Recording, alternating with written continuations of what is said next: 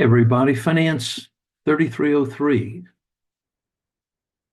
Financial Markets and Institutions. This is chapter one that I'm making a video on, and I think there's just a couple of, I'm going to make it kind of a quick video. There's just a couple of terms that I want to make sure that we're going over, things that I'm assuming that you had in other classes, but that might be a bad assumption. If I skip over something and we're talking about it a little bit later, then it's that I'm not doing you all the justice that would be appropriate here. So let's start and just get something on a recording here, and then you could review it at your leisure.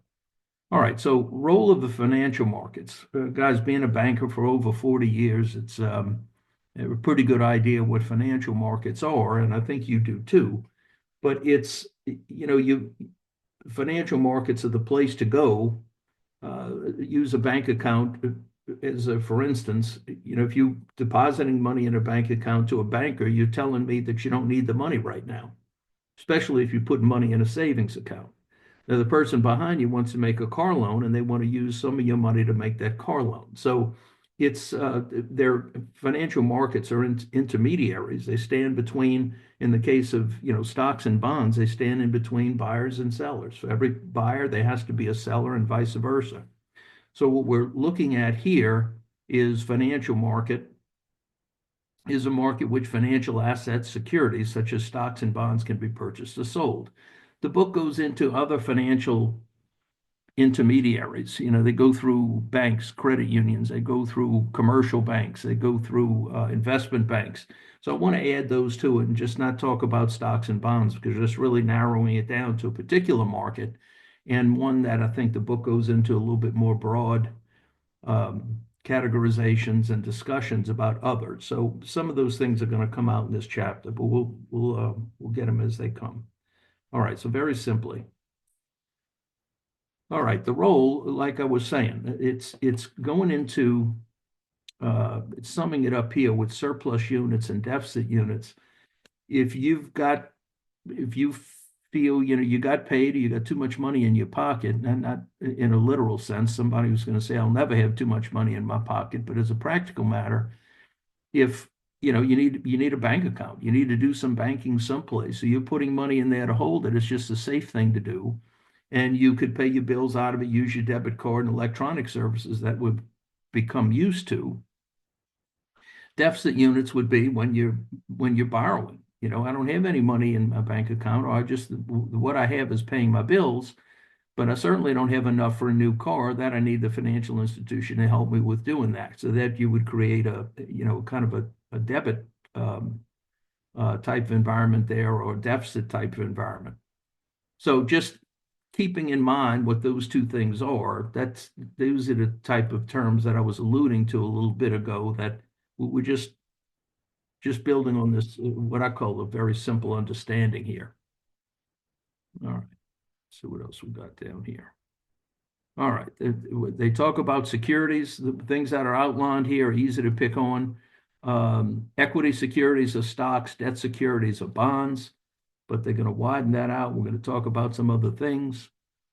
It's accommodating the corporate finance needs, that companies borrow money and they save money the same as you and I would. So this is not very earth-shattering information. It's just the basics, and what they're doing is putting in chapter one these kind of boundaries here that we will operate within. Okay, accommodating investment needs. Well, they show us a graph down here, investments, including financial institutions, we invest in financial markets, and those securities come back to us. I don't see anything within here that we can't look at and just kind of understand which the direction of these things are going. Those are not so much test terms that I would care about, and I know that's what you all are worried about, what's going to be on an exam. So I will point those out to you.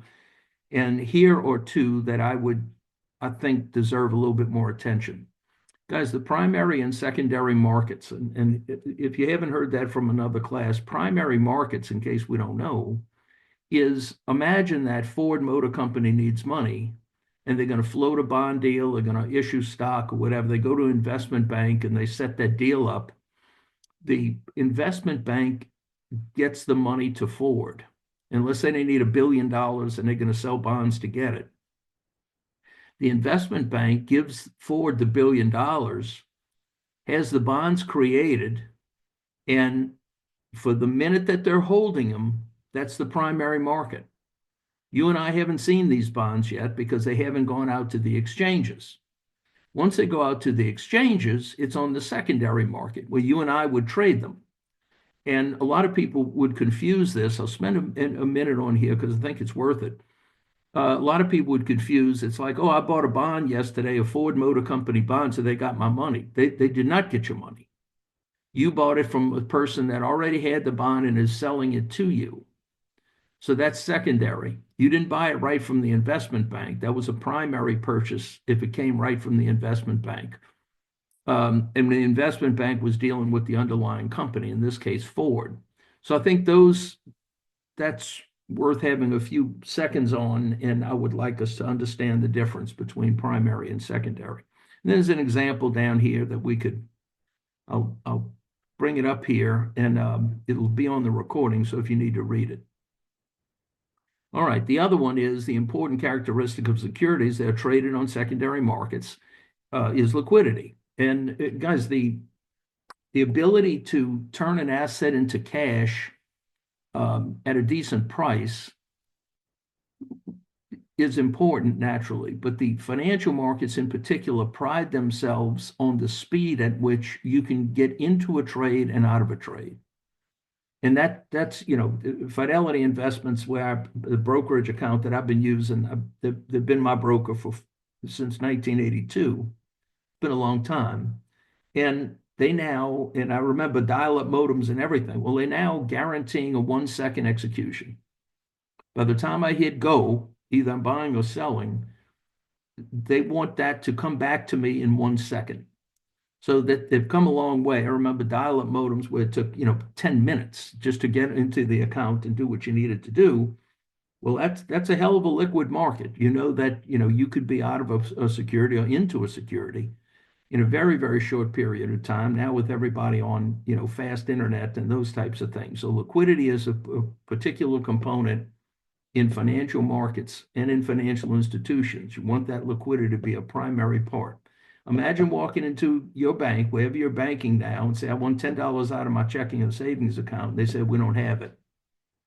That's an answer they can never, ever, ever say. Okay, so far within the chapter, the big things have been what? Primary market, secondary market, and liquidity. Okay, so I just want to get those in the recording sufficiently so we can talk about those later. All right.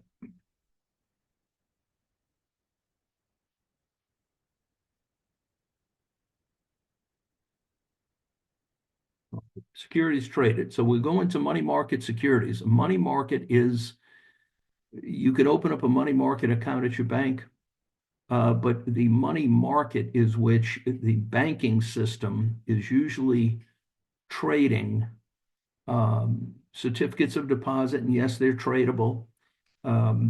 Short-term government securities like T-bills, and they can do more than you could do on your own.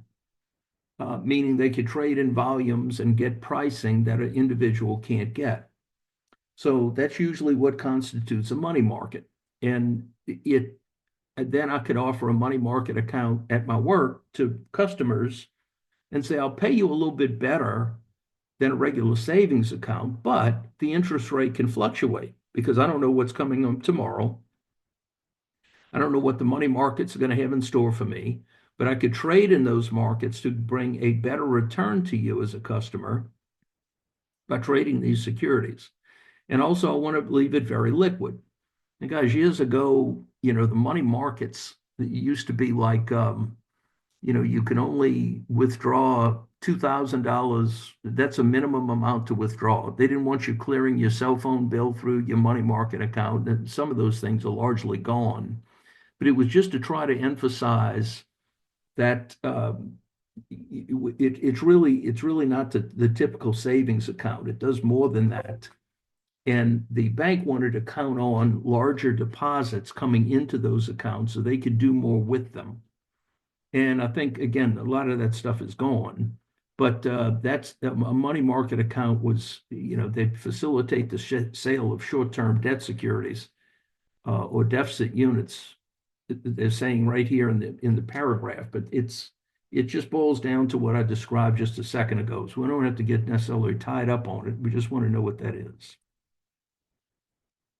All right, capital securities, capital markets, that's the stocks and bonds that we were talking about just a little bit ago. So capital market securities.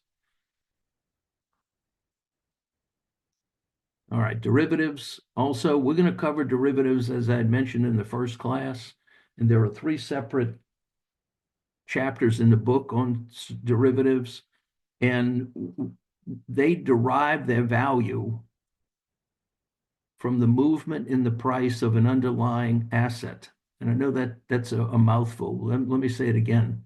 A derivative security, like options and futures, are attached to an underlying asset. So if you had stock options on Ford stock, pick on Ford again, well, the option price is going to depend on where the Ford stock goes in terms of up and down. And depending on which derivative you have, it could move with the security. Like if Ford goes up, it goes up, or it could go against the security. When Ford goes up, it goes down. But it's really you're using it for the only 2 things that you could use a derivative security for: speculation or what's called hedging or risk management. And that's the only 2 camps you could be in.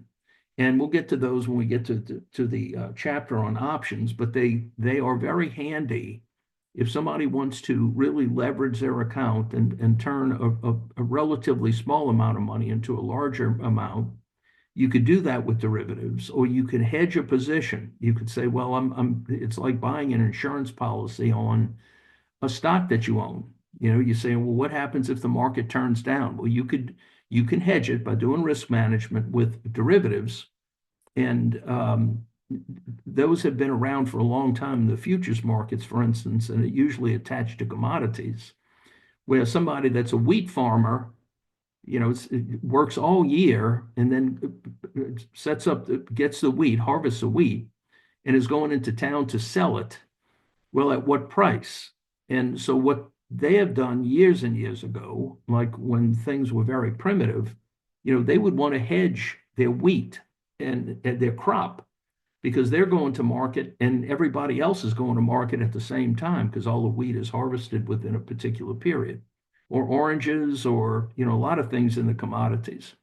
So they would say, well, I want to kind of guarantee, lock in a particular price in advance, so at least I know what I'm getting for my wheat. Now, it could be that at the time they were going into market, they could have gotten more, but they already locked in a particular price. Let's say $1 a bushel or whatever. Now the price went up, and it could be $1.10 a bushel.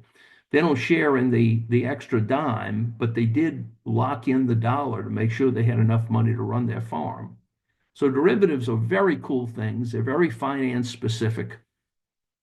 And we're going to have, if you've never seen those before, I think it's a great thing to see, learning about those, especially everybody in 3303 is typically a finance major. So look forward to getting to those chapters.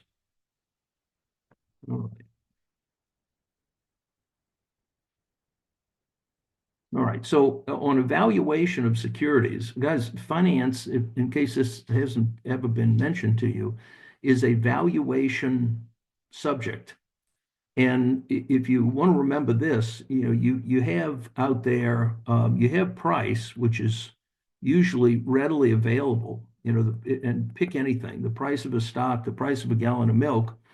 But the real effort goes into, yeah, but what's it worth? So you have price and then you have value. And some of them are very close to each other, and then some of them are very far apart. You've had stocks that trade for $100 a share, but according to some analysts, they're worth $200 a share. Well, that's very different. That's 100% difference in the price and the value. Or you could have $100 a share, and somebody thinks the stock is worth $5 a share. That's a very big difference. So this one is usually the subjective one. The value is because somebody is putting together some type of mathematical construct to try to come up with how valuable something is.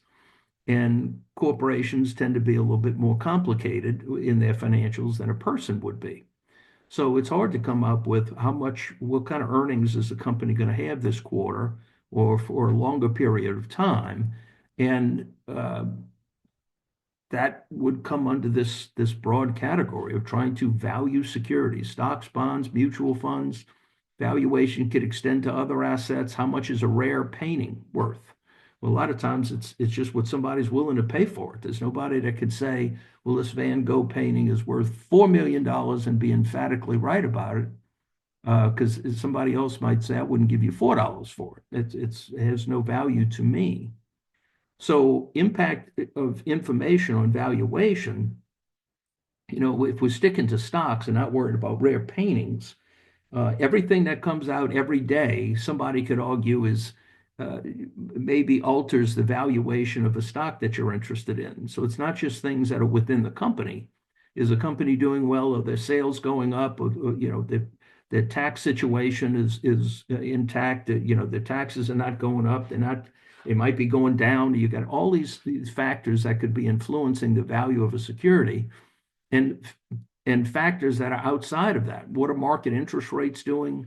Do we have tension in certain parts of the world, meaning wars? Does that have any valuation on a security or something that you're interested in? So this could go on and on. So that's why this is so very subjective, because people that remember a couple of us at the first class were saying, I want to be an analyst. Well, a stock analyst goes through that. They work very long hours. And that's their job forever. I mean, they'll never work themselves out of work because as soon as they're trying to estimate the next quarter of earnings on, Ford or Alphabet or whoever you're talking about, the quarter comes, the company issues their actual earnings, and then the analyst runs back to their computer. They start immediately working on the next quarter or the next year or whatever the term they're functioning in. So it never stops. As long as the company is out there, they want to try to value the securities and report their findings to, maybe the general public, but it's more likely like clients and so on. So that's a big conversation there. A never-ending one, actually.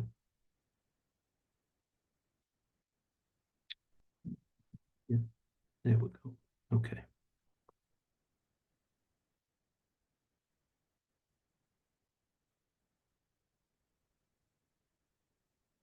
All right, securities regulations of financial disclosure. Guys, all I want to say about this, you don't have to remember what the Securities Act is of 1933 and the Exchange Act of 1934, but after, they have ones later, Sarbanes-Oxley and all those things. I mean, it gets very geeky, and I don't get into that and putting this on a test. Let me say this, that being in financial services for the amount of time I've been in there is a very highly, highly regulated industry. As a good friend of mine says, he's been a broker as long as I've been a banker. And he's like, I have to sign forms, before I go to the restroom. And that's obviously an exaggeration, but it feels like that. Everything is double checked and triple and quadruple checked by many regulatory agencies and internal audit, internal compliance within the company, and then you've got the regulators that are outside of the company, and it's just very, very regulated. And I will say this from a banking standpoint or being an employee, it will never hurt to have financial services on your resume. Okay, and you all are finance majors. And if you worked in a bank for 6 months or 6 days or whatever, that'll never be a minus unless you committed crimes at the bank naturally. But outside of that, what I've found is other industries, if they know anything about it at all, would tend to gravitate towards you all as former bank employees. Let's say you put in some time there and you want to do something else in life. Well, there are other industries that are maybe not as heavily regulated. They look to somebody that's come from a very strict environment, and they understand what regimentation was there, and it helps them set up their business as well. You know, internal controls, some compliance things, all those things that bankers have to put up with, and maybe another industry doesn't have to put up with them as much. So just coming from banking, that's how I could make that claim. And you know, if anybody's going into financial services, which I'm thinking a bunch of you all may want to, you're going to see how thick the regulatory environment can be. And sometimes, guys, it's is you know, these Securities Acts of 33 and 34 that came out of the Great Depression when then people were making copies of stock certificates and there was no company, you know, ABC Printing Company or something like that, buy stock in that. Well, ABC Printing didn't exist. And because it was so long ago, the technology didn't exist for people necessarily to know that there wasn't any company there. So when all of that collapsed, people were like, well, wait a minute. I have these shares. I bought many shares of ABC Printing. And somebody eventually told them there is no such company as ABC Printing. So how do we avoid that today? Well, they set up rules. So now think about this for those who have brokerage accounts, and you all, if you don't have one, you need one. You need one for the rest of your life. I promise you, because having a bank account is no place to accumulate wealth. You really need a brokerage account to take advantage of financial markets. So now everything's got to be recorded with the government. Everything's got to be, you know, tied down so that you and I can not have to worry about, you know, back in the 1800s, a bank would go out of business and everybody would lose their savings because they didn't have deposit insurance. Well, that's all business now. Well, the same thing here. Imagine with your brokerage account that you buy 5 shares of Home Depot, and it's like, well, how do you know the 5 shares are going to come into your account? You see the money leave your account, but you know, what if something happens? What if the 5 shares don't come into your account? Well, that's all been settled. That's all business. So you don't have to worry about that. But there was a time people had to worry about it to say, well, I'm trading with a person I'll never know and never see. And how do I know if this is going to work out the way I want it? Or when you sell the securities, how do you know if somebody's going to pay you? What if the buyer of them, no, I'm not going to pay you. I just took your shares. Well, that's not going to happen either. So what happened, you fast forward to 2002, if anybody remembers a company called Enron, they went out of business. There was an enormous amount of financial fraud, and a lot of people lost all their money. They had their money in the 401k plan at the company that bought the company's stock. So not only were they out of a job because the company went out of business, but their 401k came to zero because they were putting their money in the company's stock. So Sarbanes-Oxley Act was put together to cover some of those loopholes that you know people took advantage of. So a lot of that is in response to things that happen in the market to make them very fragile and not trustworthy. So we want those things in there, but sometimes you know in the drafting of regulatory things, I mean, it just the attorneys on it, they go too far and the government goes too far. And that's when you've got, you know, some things that really restrict um, movement in financial markets a little bit, maybe beyond what they may need. And that's what somebody like me would complain about is like, okay, I understand regulations are there to protect everybody, but some of it gets to be ridiculous. So anyway, I'll leave that on that. But you don't have to know what any of these are, just understanding that financial markets are very highly regulated. All right, international markets. Well, there are exchanges all over the world. Some are better than others. We don't have to spend a lot of time on this, but it just, you know, to call it global aspects, just to understand that obviously the New York Stock Exchange is not the only one. They're in any of the modern economies and even some in the not modern economies. And foreign exchange, of course, is one element of that you would be trading very potentially. If you opened up a brokerage account in London, you might be trading using the you know, an outside currency. They might use the pound and they might use the euro or both. And very possibly they wouldn't be using dollars. So you'd be going into the role of a foreign exchange market would facilitate those trades. Enough about that. not so important there. All right, so the role of financial institutions, as we alluded to a little bit ago, is standing as a financial intermediary, depending on what market you're in. If it's stocks and bonds, you need a brokerage account typically. If it's just regular deposit account to use your debit card, you don't need anything so elaborate. You could have any financial institution, and they'll hold your money until you want to use it. So that would be the role, right? And guys, I've done over the past since 2013, believe it or not, I've done some work for Russian financial institutions. And believe it or not, they still to this day, this is 2025, they don't have deposit insurance or anything consequential. So if one of them go out of business, and they do, everybody loses their deposits. I mean, it's incredible. We've had that since like the 1934, I think one of the regulations that we just went past was establishing deposit insurance so that people wouldn't have to worry about that. But in some other countries, they don't have that yet. They haven't crossed that bridge yet. It's pretty amazing. All right, so okay, here's some things. I'm gonna leave this up, and we could read those. And I don't want to read to you, and you don't want me to. Okay, they offer deposit accounts that can accommodate, normal liquidity characteristics by surplus units. And it's a fancy way of you and I making a deposit. And they repackage funds received from deposits to provide loans. We talked about that just a few minutes ago as well.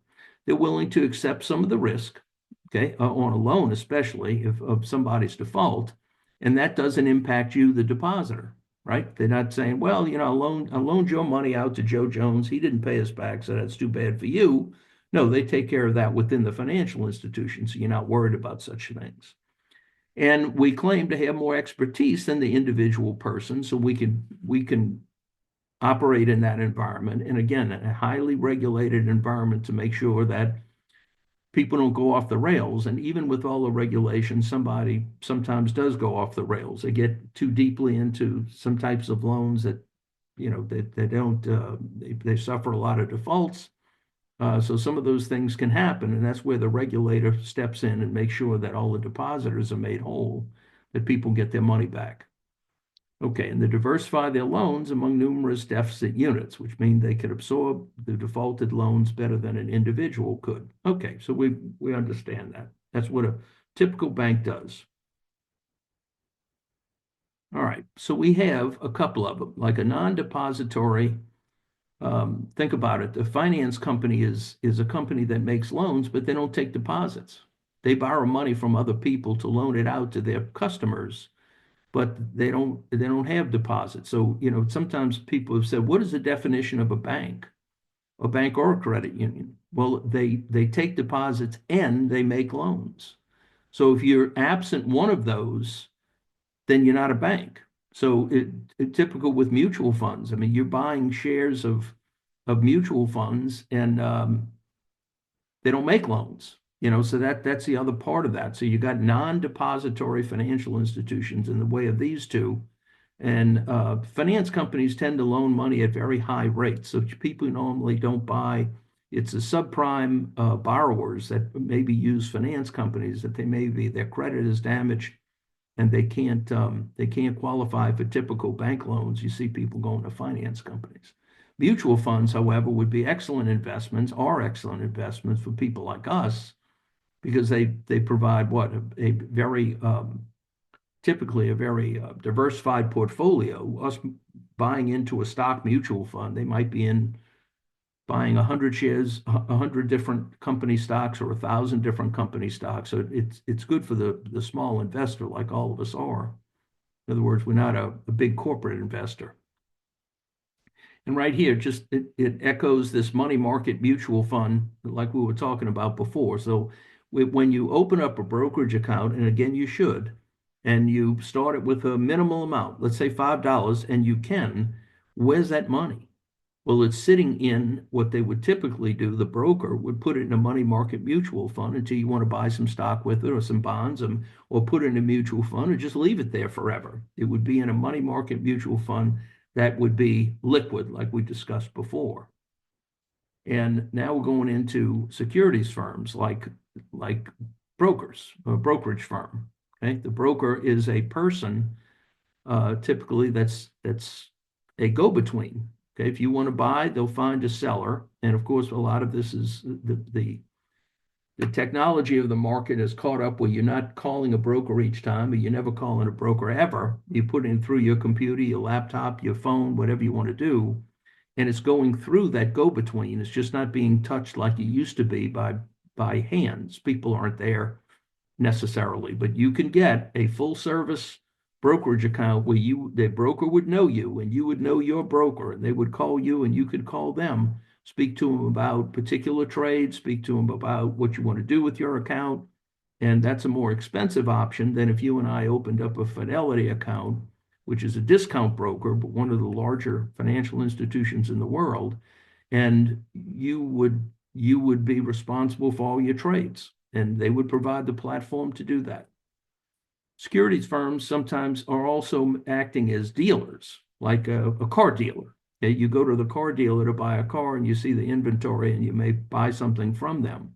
Well, securities firms are like that. They might have their own inventory or create their own inventory in the case of mutual funds to attract investors to their products. So that exists out here in financial institutions. And when we were talking about underwriting, remember we were saying the investment bankers, that's the primary market. When securities firms are underwriting newly issued securities, they may either sell the securities for a client at a guaranteed price or sell the securities for themselves. Okay, but they're underwriting that issue. So that's something else that a financial institution could do, mostly investment bankers. Okay, so some other things. You got insurance companies. They take in a tremendous amount of money because we're paying our car insurance and health insurance and life insurance and all car insurance, all different things to the insurance company. And what they are is a huge investment house. Guys, don't, from a job standpoint, when I've talked to people about possibly working with a finance degree in an insurance company, people normally think, well, I don't want to sell insurance. I understand, but you can if that's something you like, but mostly you want to be back office. You want to be helping them run their investment portfolios because they do a lot of business and take in a lot of money.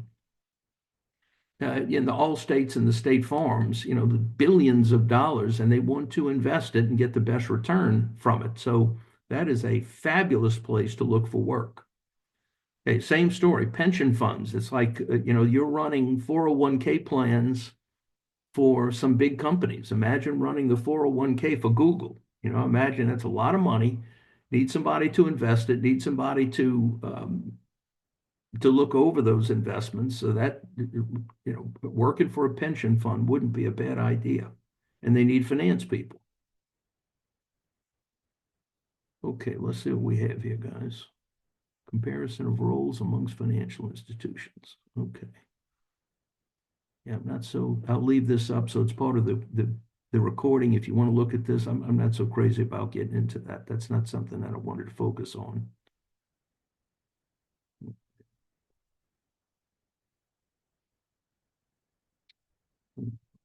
Tim importance. Financial institution whole assets equal to 70 trillion. Yeah, it's a lot of money. Okay, commercial banks hold most of the assets with 17 trillion. Mutual funds assets with about 18 trillion. Yeah, it's a lot of money. Okay, so let's show this. Not really worried about that as much. I'll let it be part of the recording. Nothing I'm really wanting to take out of that. Guys, I will tell you, with consolidation, what's happened after COVID and the ensuing solution that the government came up with, meaning flooding the market with money, and then it created inflation, and then the Fed had to raise rates to tame inflation. I mean, it's called interest rate risk, and it's a killer. So what's happening today is you got a lot of consolidation in financial institutions. I mean, a lot of mergers. There's people looking for scale, economies of scale, and it's even listed here, economies of scale, by increasing the volume of services with not a corresponding increase in cost. So if you were a $100 million institution and you went to 200 million, you wouldn't have to double your staff. So it's those types of moves that a lot of businesses look towards, but financial institutions, in particular, right now, when I say in particular, because I work in the industry, and I just see a lot that's happening in that direction. We've seen that happen with technology firms. You'll have Google buying up a lot of companies that they're competing with because because they have the scale and they've built that scale over time. All right.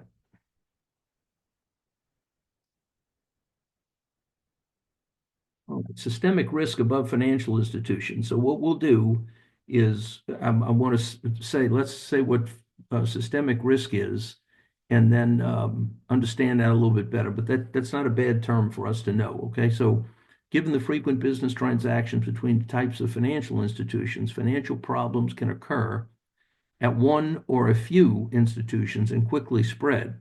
Systemic risk is defined as that spread. And what we had, if anybody is old enough to remember the credit crisis of 2008, 2009, that's exactly what happened. That a lot of the packaging of loans were going on, and the loans were very shaky to begin with, and they were selling them all over the world. So when the loans started going bad, it was systemic. It was hitting financial institutions all over the place in other countries. And a lot of it was stemming right here from the U.S. But because of the size of the U.S. economy, the largest in the world, there was a lot of inventory that was being sold, and you had a lot of smaller countries, Spain and Italy, and I remember Greenland bought a bunch of them, and it crippled their economies when those loans went bad. So that was, and it's talking about it here, something that we should know. During the crisis of 08, 09, mortgage defaults affected financial institutions in several ways. So that's what really the credit crisis was. It was a crisis of credit. And it was really detrimental to banking systems. And we had, I think it was 20, no, not quite 2,500 banks, but many of the banks went out of business. Maybe I'm confusing that with another recession. But you had them just closing up, emerging, because they maybe bought too much of that inventory, and problems ensued very quickly. So what are we calling that? We're calling it systemic risk.